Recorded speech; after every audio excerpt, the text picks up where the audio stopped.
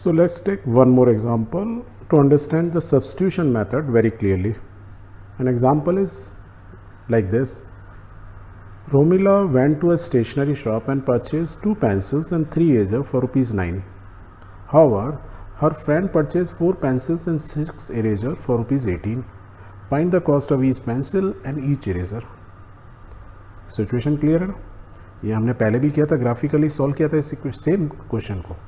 तो रोमिला क्या गई, उसने 2 पेंसिल खरीदी, 3 इरेजर खरीदी, कितने रुपीज़ की? 9 रुपीज़ की.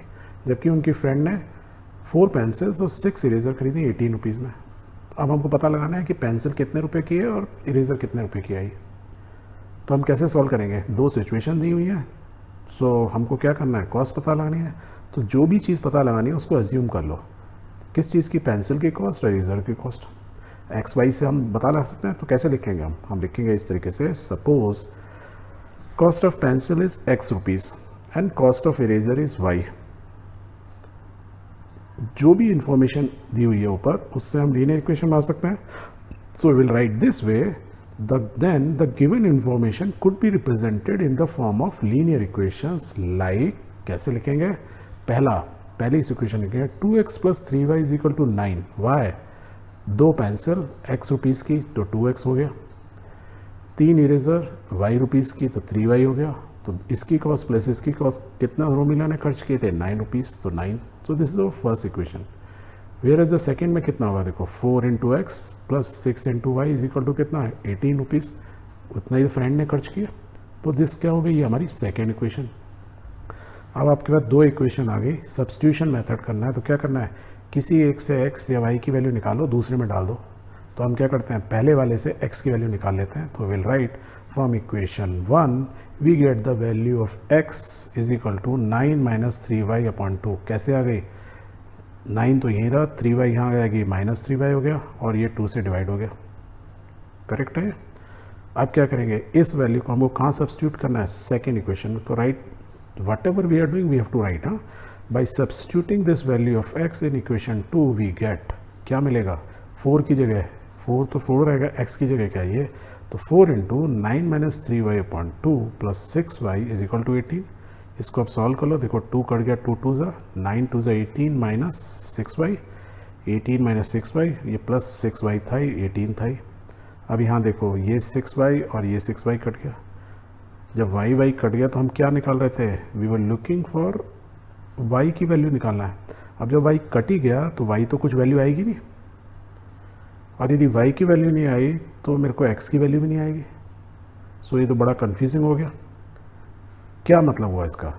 This statement is true for all values of y. क्या हम ये बोल सकते हैं कि मीन्स इररेस्पेक्टिव, ये जो इक्वेशन बनी थी x को डालने के बाद, जो इक्वेशन बनी थी left hand side = right hand side for all values of y, क्यों बोल सकते हैं? बोल सकते हैं, हाँ बोल सकते हैं. क्यों? क्योंकि यहाँ y है ही नहीं. दैट मीन्स इररेस्पेक्टिव y की कुछ भी वैल्यू मैं बोलूँ, left hand side is always = right hand side. अब हमको इस इक्वेशन से y की वैल्यू तो मालूम नहीं चली, तो हमको क्या x मालूम चलेगा? No. So we can say we do not get a specific value of y as a solution. Therefore we cannot obtain a specific value of x. तो ना मेरे को y की वैल्यू मीन्स इरेजर की cost कितनी थी और ना पेंसिल की कॉस्ट कितनी थी, मैं इस सब्स्टिट्यूशन मेथड से पता ही लगा पाया. बट ये पता लगा पाया कि this statement is true for all values of y की कोई भी वैल्यू हो ये स्टेटमेंट ट्रू होगी. अब एक और चीज़ हमने देखी थी, ऐसा कब होता है? This situation has arisen because both the given equations are same. आपने ध्यान दिया? नहीं दिया, हमने भी नहीं दिया. देखो 2x + 3y = 9. इसको यदि मैं 2 से मल्टीप्लाई करता हूँ तो क्या हो जाएगा? 4x 6y और 18. या मैं सेकेंड इक्वेशन को 2 से डिवाइड कर दूँ तो एग्जैक्टली फर्स्ट इक्वेशन के बराबर है. तो दैट मीन्स दोनों इक्वेशन क्या है? सेम है. और यदि कोई भी दोनों इक्वेशन यदि सेम है, यदि मैं इसका ग्राफ बनाऊंगा क्या होगा? दोनों सेम लाइन एक के ऊपर एक होंगी. और ग्राफिकली हमने क्या देखा था? यदि दोनों लाइन एक के ऊपर एक हैं तो क्या बोलते हैं? There will be n number of value of x and y, या वो पेयर ऑफ कोऑर्डिनेट्स जो पहली इक्वेशन को सेटिस्फाई कर रहे हैं वही सारे पेयर y दूसरी इक्वेशन को भी सेटिस्फाई करेंगे. दैट मीन्स इन दोनों इक्वेशन के ग्राफिकली जब हम ड्रॉ करते तो हमसे हम बोल सकते थे कि इक्वेशन 1 एंड 2 have infinite many solution. Why? Because this and this they lie exactly on each other. दोनों इक्वेशन सेम ही हैं. अब यदि सेम है तो हमको x की वैल्यू तो मालूम चले, और हम बोल रहे हैं हमको यहाँ पे x और y मालूम नहीं चले. एक तरफ बोल रहे हैं कि इनफाइनाइट मैनी सोल्यूशन है. इसका मतलब ये है, कहने का मतलब क्या बोल रहे हैं, ग्राफिकली तो हमें मालूम है, मैथमेटिकली हम जब ऐसी सिचुएशन आ जाती है उस केस में इनफाइनाइट सोल्यूशन होते हैं. उसको समझ लेते हैं. कैसे समझेंगे? टेबल बनाओ. लेट्स टेक x की कुछ वैल्यू ले लो, कोई भी वैल्यू. लेट्स टेक x की वैल्यू इज़ 3. पहली वाली इक्वेशन में डालो. अपने आप ये दूसरे क्योंकि सेम ही है, किसी एक में डालो. तो पहली में देखो 3 2 ज़ा 6. 6 को इधर ले जाओ. 9 माइनस 6 क्या? 3. y कितना हो गया? 3 divide by 3 is equal to 1. y की वैल्यू 1 आ गई. अब मैं चाहूँ तो x की वैल्यू कुछ और लेता हूँ. से सपोज इट इज़ 1.5. क्या मेरे y की वैल्यू मालूम चलेगी? मालूम चलेगी. देखो 2 इंटू 1.5 कितना हो गया? 3. 3 इधर चला गया तो क्या हो गया? 6. 9 माइनस 3 6. और 6 डिवाइड बाई 3 क्या हो जाएगा? ये होगा. निकाल लो वैल्यू 2. क्यों? 6 डिवाइड बाई 3 से डिवाइड कर देगा 2, तो y की वैल्यू आ गई. दैट मीन्स मैं x की डिफरेंट वैल्यू ले सकता हूँ, तो I will always get different value of y.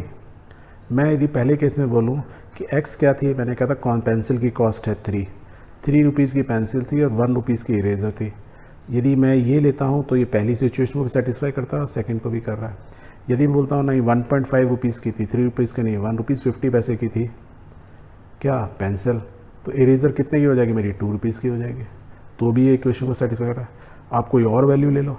That means for any value of x you will find the corresponding value of y, और वो जो वैल्यू होगी वो इस इक्वेशन को सेटिस्फाई करना होगी. That means we have infinite solution. That is why we are saying कि इन दोनों इक्वेशन के यदि सॉल्व करोगे तो we will get infinite solution. Means हमको x और y के कॉम्बिनेशन डिफरेंट मिल रहे हैं जो इन दोनों सिचुएशन को सेटिस्फाई कर रहे हैं. मान लो एक बच्चा बोलता है कि सर मैंने पेंसिल खरीदी थी 3 रुपीज़ की, इरेज़र 1 रुपीज़ की थी, तो मेरी टोटल कॉस्ट 9 आई. करेक्ट है. दूसरा बच्चा बोलेगा सर मैंने 1.5 रुपये की पेंसिल खरीदी, 2 रुपये की इरेज़र खरीदी, तब भी उसने 9 रुपये में इतनी ही 2 पेंसिल आएंगी उसकी और 3 इरेज़र आएंगी. आप देख लो कॉल सॉल्व करके. या कोई और बच्चा कुछ और बोले, ठीक है, तो एग्जैक्टली ये सिचुएशन होने वाली है. बट हमने इसको सॉल्व कर रहे थे सब्स्टिट्यूशन मेथड से, और जब सब्स्टिट्यूशन मेथड से आप सॉल्व करोगे तो आपको ऐसी सिचुएशन आएगी कि दोनों या तो x या y जो भी आपने इसमें डाला है वो दोनों तरफ से कट जाएगा. मीन्स वो विजिबल ही नहीं होगा, गायब हो गया. और उस केस में हम बोलेंगे कि for any value of x और एनी वैल्यू ऑफ y हमारी इक्वेशन ट्रू है.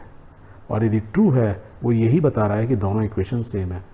तो हम ये नहीं बोल देंगे हमको आंसर नहीं मालूम है, तब हम बोलेंगे इसके इनफाइनाइट सोल्यूशंस हैं, ये बोल दें. या हम उसको फिर वेरिफिकेशन के लिए कोई वैल्यू ले लें और 2 वैल्यूज दिखा दें, वो करेक्ट है. क्लियर हो गया?